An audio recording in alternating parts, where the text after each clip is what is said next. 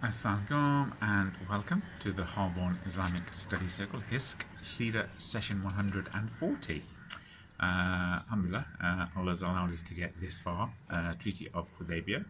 After 140 sessions, so that's, alhamdulillah, been quite an expanse of time. But make dua that Allah allows us to continue this fabulous journey together. So last session, 139, we did the first of the Hudaibiyah sessions, where essentially they're setting out for Hudaibiyah. So obviously, Prophet ﷺ, he's trying to outmaneuver the Quraish. He's trying to look at new avenues of actually exerting his political authority. So the Prophet ﷺ, he announces that he's seen a dream where he is performing Umrah, and he makes an announcement to all the Muslims that people who want to join him come do so for this journey to Makkah. So in total, about 1,400 Muslims they essentially sign up, and this is as I said, the Prophet ﷺ seeking to challenge the Quraish directly in a peaceful maneuver to essentially outwit them, to have negative propaganda against the Quraysh, but also to satisfy the hearts of the Muslims who've been yearning after 6 years to go back to the Kaaba, and this is expressly a peace mission. So some of the Bedouins they make excuses and they refuse to join the party because they fear that actually they're going to be walking into the lion's den. So why should they go? This is certain death. That's what they feared. So they made their excuses, these Bedouins and the hypocrites. And so 1,400 Muslims leave, and the Prophet, he makes sure that he waits until the first day of the sacred month, and then he sets off. So it's clearly his intentions are peaceful. And there are sort of, despite that, there are 20 horsemen, 20 men on horse, as sort of an advance party or a guard party to clear the routes and guard the Muslim pilgrims, and that's led by someone called Abu Bakr ibn Bishr. And then there's Bishr ibn Safwan, who is part of the intel gathering group, spy network to essentially reconnaissance to find out what's going on, how the Quraysh reacting, what are the other desert Arabs doing, what's the response going to be like, and what should they be prepared for. The Muslims and the Prophet ﷺ, they get to Dhul Hulayfa, and which is the Ihram, which is the miqat of people leaving Medina, and they put their Ihram on and consecrate the animals for sacrifice, so they decorate them up. Then the Quraysh, likewise, they've got their own intelligence network, and they get wind of the Prophet ﷺ leaving Makkah, leaving Medina for Makkah. So they panic, and they're not sure what to do because this is the sacred month. Even so, they send out Khalid bin Walid as a show of strength, his army, to camp near Qumain, which is the route between Medina and Makkah. Prophet obviously finds out about this, so then he reroutes the Muslims off the beaten track. So they go via a volcanic route, desert route that bypasses where Khalid is, and they arrive sort of from the other side on the plain of Hudaibiyah. And the Prophet, one of the things that he asked when he found out that Khalid was here with a lot of Bedouin Arabs, because the Quraysh couldn't be seen to directly do it themselves, so they enlisted a lot of Bedouin Arabs to prevent the Prophet ﷺ, so the shame is not on the Quraysh. The Prophet ﷺ then asks, well, should we attack the families of these Bedouin Arabs that are blocking our path, so then they have to go back and defend their families, in which case that will open up the route for us. But then Abu Bakr said, look, no, that's not why we're here, peaceful mission, let's just carry on, and if it comes to it, we'll fight. But let's just stick to our guns. And then we talked a brief discussion about one of the guards, Abu Bakr, doing some hunting, but he wasn't in ihram. And then Qaswa, the camel of the Prophet ﷺ, where that stopped, they set up camp. And then we talked about how water gushed from one of the wells that was nearly dry, and the Muslims and their animals were able to drink because they were extremely thirsty because of that. So moving on to session 2 of Hudaibiyah. So the Muslims are camped here, and the Prophet ﷺ has already announced that whatever condition the Quraysh put on, he will agree to, because he wants to avoid war, he wants to avoid fighting. He just wants to peacefully go and do the Umrah. On the Quraysh side, they're very keen to avoid the pilgrims coming to Makkah. I mean, this is they see this as utter humiliation. People they've been at war with, people that they've driven out, the people that they've had this whole 5-6 years of public propaganda against the people in Medina, having to host them in Makkah because of the rights of pilgrimage, and that's where they get their honor from. This is just utter humiliation for the Quraysh. They just could not and will not accept this eventuality. So they're doing everything to avoid the pilgrims getting there, because if there's war, or if the pilgrims get there, this will just completely undermine the authority of the Quraysh. So one of the things that they do, because Khalid and the ragtag band of Bedouins, they were outmaneuvered. They couldn't get the process to stop there. One of the other things, and we're not quite sure exactly when this happened, whether this was soon after they camped or halfway through the camping, because the Muslims in total, they were camped there for about 20 days, it says. So nearly 3 weeks. So it takes them over a week, 10 days to get from Medina to just outside Makkah with their animals. And they're camped there for nearly 20 days or so.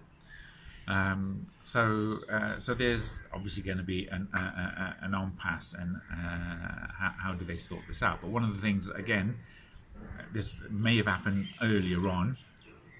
One of the things, obviously, is that the Quraysh tried to provoke a response from the Muslims so they can justify any act of aggression against them. So not quite a false flag event, but the provocation. So what they want to do is to agitate a confrontation between the Quraysh and the Muslims, and then they will try to paint the Muslims in a really negative light to say, look, they're out here to fight, and that will justify any actions that they do, and they're likely to do something which is disproportionate. So they're looking for something so they can have a disproportionate response and be able to justify that to the wider people. So you can see there is a lot of propaganda around this whole situation. So one of the things that they do is they try and launch a surprise attack on the Muslims. And it said about 80 people from the Quraysh trying to launch this surprise attack from one of the mountain areas of Neem, and they were going to sort of surprise attack them after Salatul Fajr, and hoping the Muslims would be completely unprepared. And one of the reports are that this was led by someone called Mikras, but the Muslims obviously had their counter intel, and their envoys, their spies, and so the Muslims knew that the Quraysh were up to this. So the hunt essentially became the hunted. So just as this group of 80, and that's a large group of 80, were attacking these 1,400, the Muslims basically they surrounded them and forced these people to surrender again, because they're not expecting resistance as they're about to launch the attack, but then suddenly they get outflanked and they are forced to surrender. And again, no bloodshed. And again, we heard how the Prophet had these 20 or so people on horseback protecting the pilgrims. So these 80 people, they're brought to the Prophet, and what did the Prophet do? Well, he has every right to enact vengeful punishment on these people, but that's not the purpose of what he's there for. That's not what he's doing. So, and again, this shows the character of the Prophet, his foresight and his political acumen, and sticking to the central core of what they're doing, which is basically just for pilgrimage. So he forgives them all, sends them back to Mecca. There's no ransom, nothing, no apology demanded from them, no nothing. Just forgives them and sends them back. And again, this is the first sort of psychological body blow to the Quraysh. That their plan got thwarted. Secondly, they weren't able to agitate the Muslims. Thirdly, the shame and humiliation of getting caught by a bunch of pilgrims, and then the sort of like the shame, the double shame of these people, despite being caught, who were actively at war, being freed without ransom. And again, this is sort of well, not quite inverse shame, but it's just sort of like uber shame. How could their people be sucked into that? And again, the Prophet all the way through is maintaining the higher moral ground, and that's the whole point. No bloodshed. They returned to Makkah, and Allah makes reference to this in the Qur'an later on when Surah Al-Fath is revealed, saying He, Allah subhanahu wa ta'ala, is the one who stopped their hands from reaching you and your hands from reaching them in the valleys of Makkah, even after you had victory over them. So Allah subhanahu wa ta'ala saying, look, with His help, obviously, war was prevented. And again, this is a complete propaganda coup for the Prophet ﷺ. Making it blatantly clear, not just to the political elite, but the surrounding tribes and the people of Makkah, that he is here for peace, completely peaceful in tensions. So then the Quraysh realize that actually they can't provoke the Muslims. The Muslims are going to be prepared. They have to try another tact. So their bottom line is that the Muslims cannot enter Makkah. So there is obviously an impasse. What do?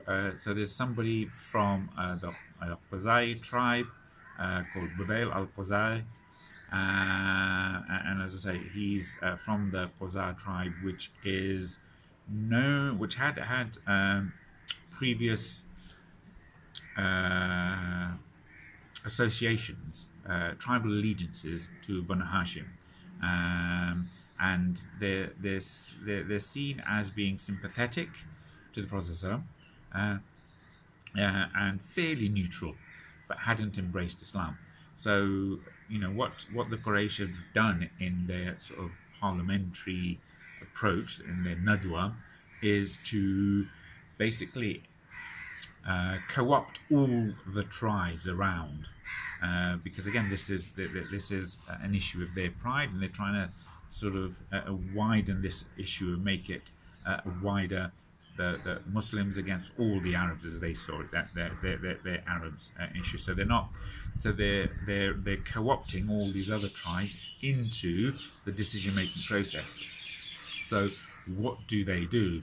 Again, so one of Budail from the Quraish tribe, he later on becomes a Muslim. He converts, becomes a Muslim, but he volunteered to be a go-between, to be some sort of ambassador to try and negotiate between the two. Because obviously, he can see that things aren't going to move. There's a standoff. They need to break this standoff. He's relatively neutral. He's allied to the Quraish, but he's not hostile to the Prophet ﷺ. And so he will be the ideal person to try to find out what the issue is and try to work around the issues and again put the case of the Quraish quite clearly to the Prophet ﷺ. So at this point in time, as I say, he's a non-Muslim. So later on he becomes a Muslim, but at this point he's a non-Muslim. So he goes over to the Prophet ﷺ, and he's whether he's been officially sanctioned or not, he goes to the Muslim camp with the acquiescence of the Quraysh. So he says to the Prophet, "Ya Muhammad," obviously he's not Muslim yet, "I have come from the other side of Hudaibiyah," as in from Makkah, and I have left the sons of Amr bin Luhay armed to the teeth, right? Basically saying they've got their leopard skins, and Amr bin Luhay, one of the senior ancestors that the Quraysh and the other tribes look up to. So look, the sons of Amr bin Luhay, they mean war. I've come to tell you that they're not going to take this lying down. They're in their leopard skins. They're armed to the teeth. And they are waiting to fight you. So the Prophet ﷺ, he calms it down and says, "Look, we've not come to fight. Rather, we've come to show honor to the house of Allah. We've come for Umrah or pilgrimage."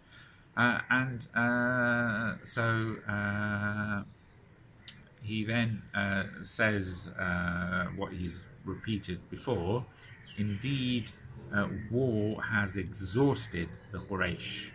They've been hurt by it, and if they wish, we can negotiate and be peaceful. But if they wish, I will show them what we're made of,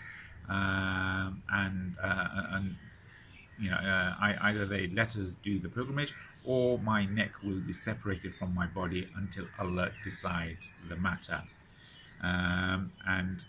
If they want, and the Prophet was giving them a way out here, if they want, I can give them time and they can vacate the city for us.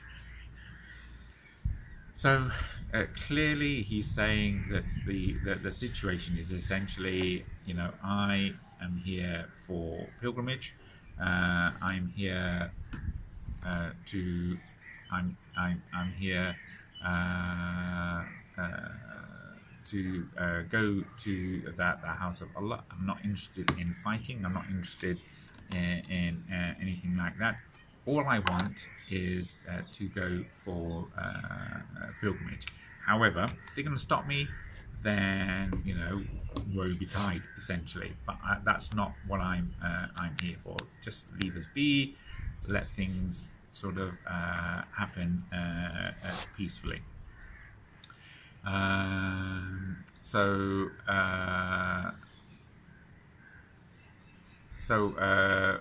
Budail,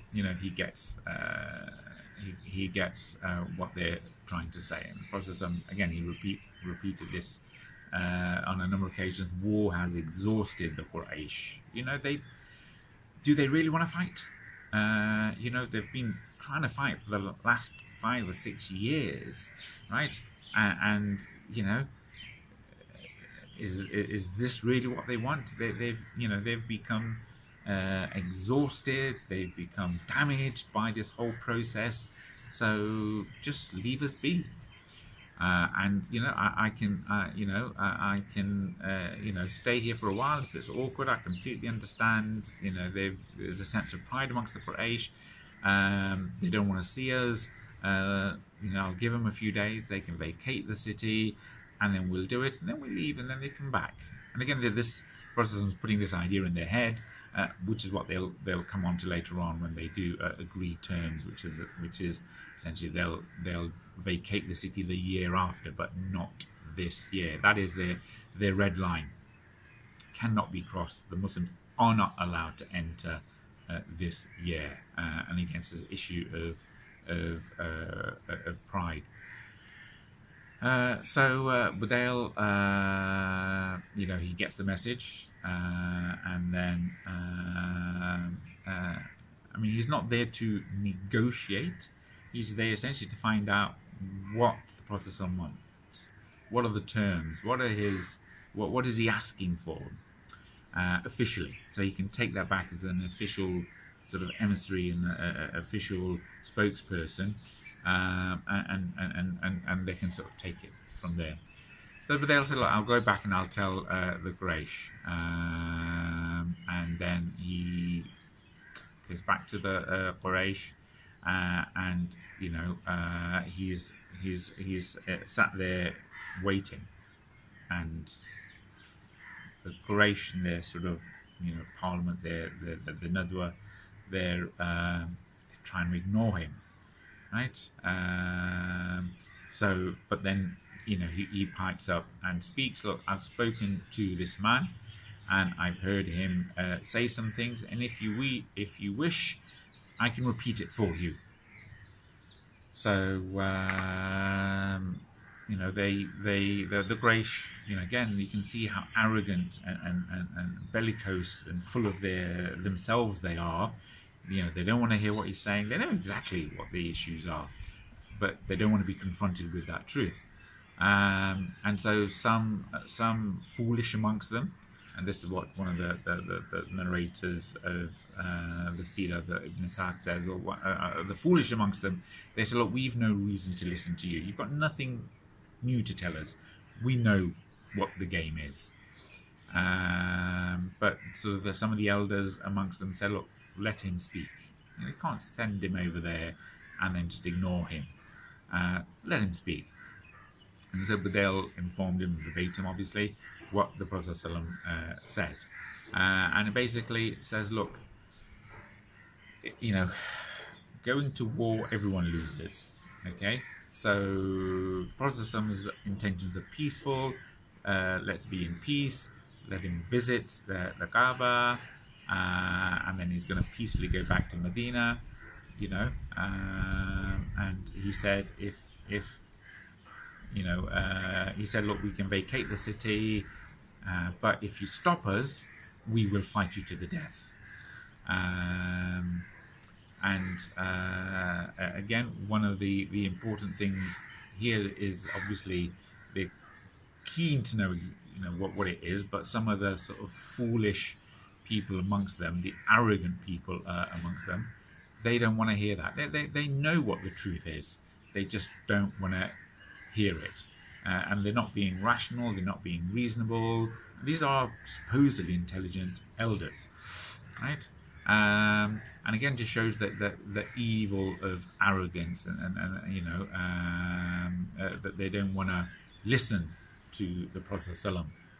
And again, you know, we see this even in our own community, people who do bad things, but you know, they're not there to listen to the other side of the story. They're not there to engage in discussion.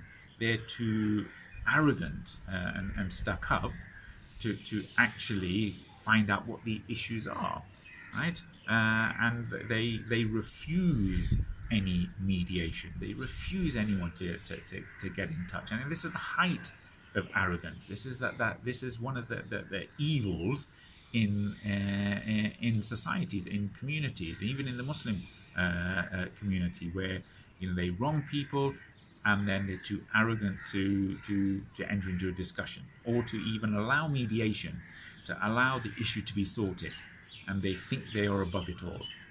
Pure arrogance, pure evil, right? And you can see this amongst the Quraish here, completely arrogant around this. They don't want to negotiate. They don't want anything to do with it, and they're just going to, put their heads in the sand essentially and just pretend it's going to go away. So Budail, he basically, he summarized the message of the Prophet ﷺ, and then basically he's giving his own advice. He's adding his own things. And said, look, I've been him. I've seen it. I've got to lay the land. I know what the issues are. I think, if you listen to me, I think you're being hasty with this man. He's not come to fight. He's just come to visit this house and honour its sanctity. And again, the Darul Nadwa there, so Parliament is just next door to the Kaaba. And he's saying, look, all they want to do is they just want to visit this. We allow pilgrims from all over the peninsula to come and do pilgrimage, and they do it in really weird ways. And we talked about that many months ago, how they did their tawafs. We allow everyone else to come, every Tom, Dick or Harry, and you're not letting him do this. Let him just do this. So again, this is part of the Prophet ﷺ's way of trying to, counter the propaganda. And then the Quraysh, they respond, by Allah, we will never let him enter Makkah. And so the Arabs will say that he had the better hand over us. And that's the crux of the matter. Pure pride. They're not going to let the Arabs think that the Prophet ﷺ got one over them. Right? And again, the arrogant in the community who cause the fitna, they'll just say, look, we're never going to talk to these people. We're never going to engage in discussion with them. I don't want other people to think, bad of us, even if it means us deviating from Islam, deviating quite severely from Islam. But the Quraysh, they're stuck with this right to the end. It's a matter of personal pride and honor, right? And we know what problems pride and honor does. What it did to Iblis, okay? And they basically saying, look, our honor as a respected tribe is going to be affected by this. Budail's sort of attempts at mediation didn't really work. So then, not sure about the timelines, but sometime later, and someone else from the Quraysh decides to go, and that is Uruwa ibn Masud, and he is one of the elders from the tribe of Thaqif, and Thaqif are the major tribe of Taif. And we've talked about the Thaqif, Thaqif before and Taif before. So Uruwa ibn Masud, and he's one of those people that, again, he's a non-Muslim at this point, that when Islam was first revealed, people would say, why has the Qur'an been revealed to the Prophet ﷺ? Why hasn't it been revealed to one of the men from the two cities? And one of the rumors were it should have gone to someone noble like Uruwa ibn Masud, or Abu Jahl. These are noble people from the two main cities, Makkah and Medina. Why has it gone to someone like Muhammad? He was an orphan. So he's from Thaqif, and he's seen how the Quraysh have treated Budail. So look, he says, look, if you want me to go, I'm happy to go, but I don't want to be treated like him. I've seen the way you insulted and humiliated him. I don't want that treatment. He stands up and says, look, I'm not a father to any of you, but you know that my loyalties lie with you, right? Did I not help you here and there, and did I not avoid bloodshed here and there? I'm on your side, okay?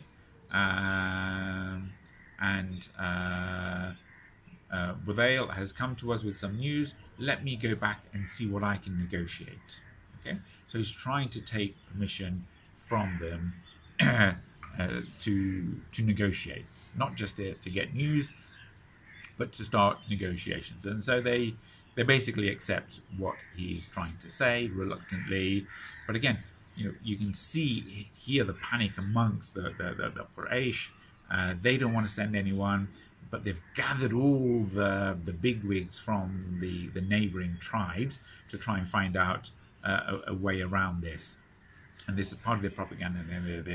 They're really having a go. How can he come here? This is completely not acceptable. And they're riling up their key supporters. And so Uruwa sounds about fine. I'll go. I am really eminent and respected. So he goes to see the Prophet ﷺ, and the Prophet ﷺ tells him exactly the same thing that he told Budail. Look, war has exhausted the Quraysh. There's no need for this. Let me go and do pilgrimage. They can clear out the city if they want. I'm just going to do the pilgrimage and then go back, and that's the end of the matter. I'm just here to honor the house of Allah, right? So then Uruwa, he sort of gets, well, he doesn't get upset, but you can see the sense of where he's coming from, his Jahiliyyah concepts. The Prophet said his piece, his turn to retort, and again it's as if he hasn't actually listened to the Prophet. He's just come with his one mission, and this is to try and sort of be the big hero, save the day, and get the Prophet to go back. And he goes, so he's using his Jahili concepts, and he's basically saying so I just thought it was a nest of wasps which I was stung here last year with, but alhamdulillah it's not. So he's saying, look, what's really the matter with you, right? You say you're calling people to Allah, but then you come with people that we don't know. You break the ties of kinship, so look, we don't know these Aus and the Khazraj. You're breaking the ties of kinship. You're going against your own people. We don't know who these people are, the Aus and the Khazraj, and you're coming here to break the sanctity of the Haram, and you intend to spill blood, right? So Uruwa, is sort of basically, look, you claim to be God-fearing. You claim to honour the ties of kinship, but but you're surrounding yourself by strangers, and you've got your own new religion. You've reneged from your own people. You're here to dishonour the Haram and to wage war and fight and kill and spill blood. So the Prophet sort of takes a step back, and he's not going to let that pass. So he refutes all of those claims. Look, I've only come to fulfill the ties of kinship, not to break them. These are my people. I'm not here to fight. These are my people, right? I'm here, I'm not here to break the ties of kinship. I'm here to fulfill them, and I have come to better the religion of my people, right? They've been misguided. I've come to better their religion, give them something better to worship, and that's the Aqidah of the Muslims.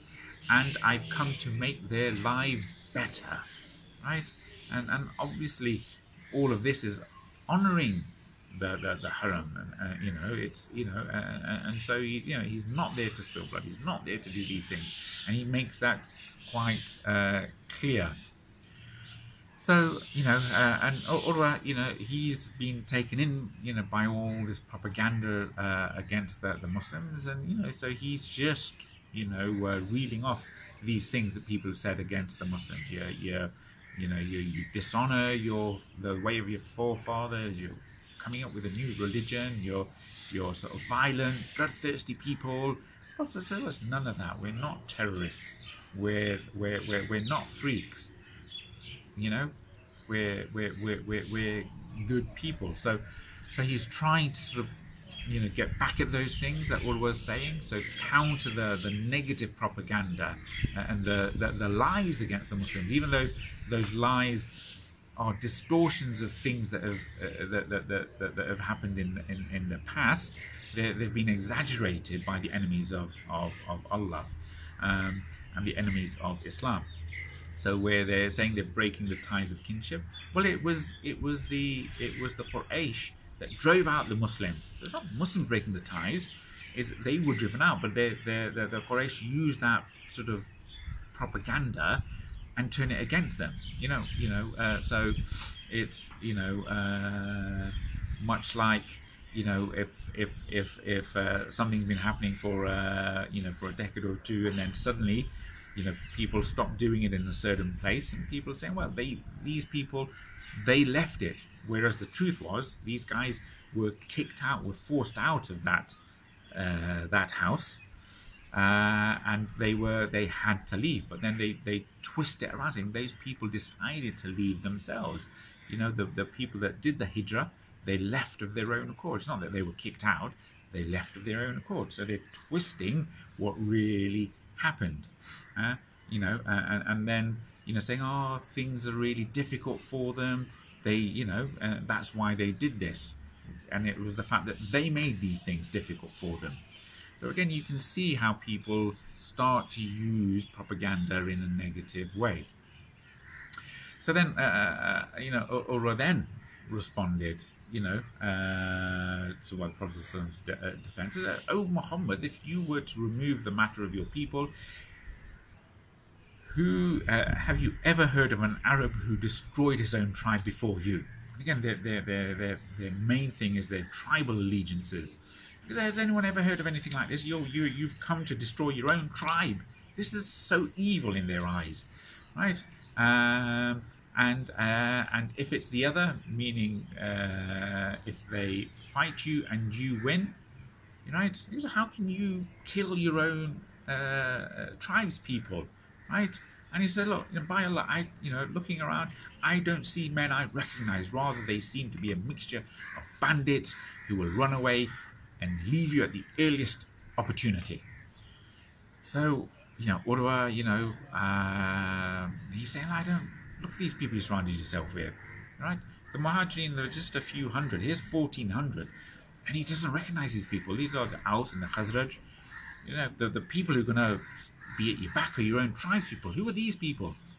A mixture of bandits. They're going to run away at the earliest opportunity, right? And this is, the complete jahiliyyah, tribalism, right? And Urwa doesn't understand how Islam unifies the Muslims, and they have a much stronger bond than patriotism or nationalism. This tribalism. He says, will the Aus guard your back? Will they protect you? So at this, Abu Bakr as-Siddiq, he got really angry. You see the tense face-off between Urwa and the Prophet ﷺ. Urwa's, cursing the Muslims.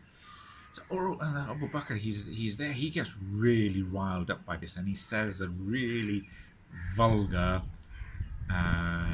swear phrase, and bearing in mind that Urwa is one of the chiefs of Banu Thaqif. They're from Taif.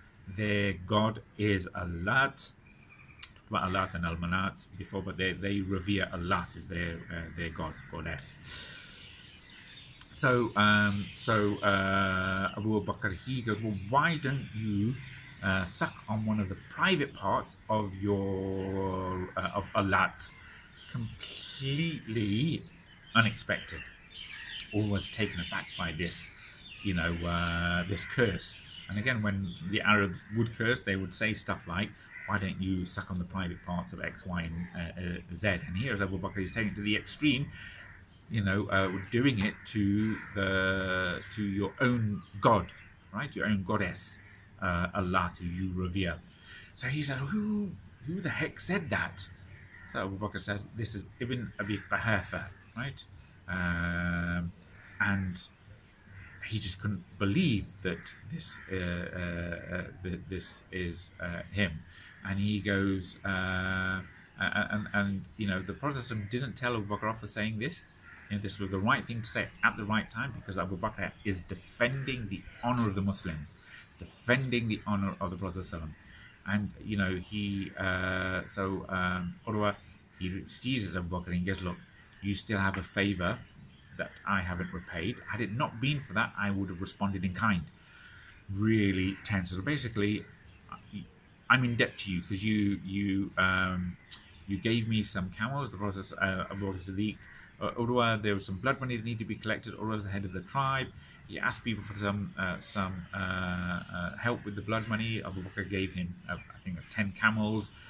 And so Urwa is personally indebted to Abu Bakr. And he basically says, had it not been for the fact that I've got that debt to you, I would have, you know, said something back at you. But the fact that I've bitten my tongue, consider that as I'm repaying my debt. Okay? And then sort of he sort of turned away from Abu Bakr at that point in time. So there's tense negotiations continuing. We've heard what bad things Urwa has to say about the Prophet, what bad things he has to say about the Muslims, what bad things he says about the pilgrims, and the retort of the Prophet, the retort of Abu Bakr. And so you know, he leans over to try to grab the Prophet's beard as he's talking, and this was a custom that they used to do. And so to show their sincerity, show their closeness, is that they used to hold each other's beards when they're talking. You know, much like here in this, you know, in country or other parts of the Muslim world, people will just, you know, hold hands. They hold hands, or they rest their hands on people's thighs. It's a sign of respect. It's a sign of camaraderie. It's a sign of seriousness. It's a sign of, you know, it's an accepted form of interaction in that setting. So he's reaching to hold on the Prophet's beard, and then he gets slapped away. He's trying to do it again, gets slapped away, and he does it for another time, and then a person, you know, gets the butt of his sword and slaps it away really harshly. That you know, Urwa really feels this, and he says, "Who the heck is this? Really, you know, loutish oaf is doing this." So I'll stop there, inshallah, and we'll talk more about who that person is, inshallah, next time. So until then, do remember us in your du'as, and do remember the Ummah in your du'as. And if you want to know who that person was that is slapping away Urwa, inshallah, join us next time. So take care. Jazakallah